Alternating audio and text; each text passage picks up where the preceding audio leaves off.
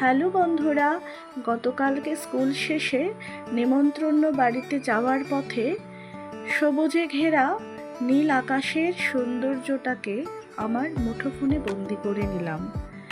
আমার এক কলিকেরই মেয়ে, তারই অন্নপ্রাশন ছিল। তো সবাই মিলেই আমরা গেছিলাম কলিকেরা একই গাড়িতে করে। ভারী মজা করলাম যেতে যেতে পথে। তো মেয়েটি এত ভারী মিষ্টি, গিয়েই তাকে নিয়েই অনেকটা সময় কুলে করে কাটিয়ে দিলাম। খুব মজা লাগছিল, কুলে নিয়ে অনেকটা সময় কাটালাম।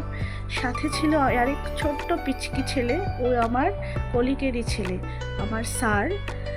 তারপর আমরা সকলে মিলে মিষ্টিমুখ করলাম, গল্পগুজব করলাম। ভাত খেতে বসে এতই ব্যস্ত যে আপনাদের সাথে শেষ পাতের চাটনি পাঁপড়টাই ভাগ করে নিলাম। তারপর রাঁধুনি দিদিদের সাথে ফটো তুললাম, গল্পগুজব করলাম, তারপর বাড়ি ফিরে এলাম।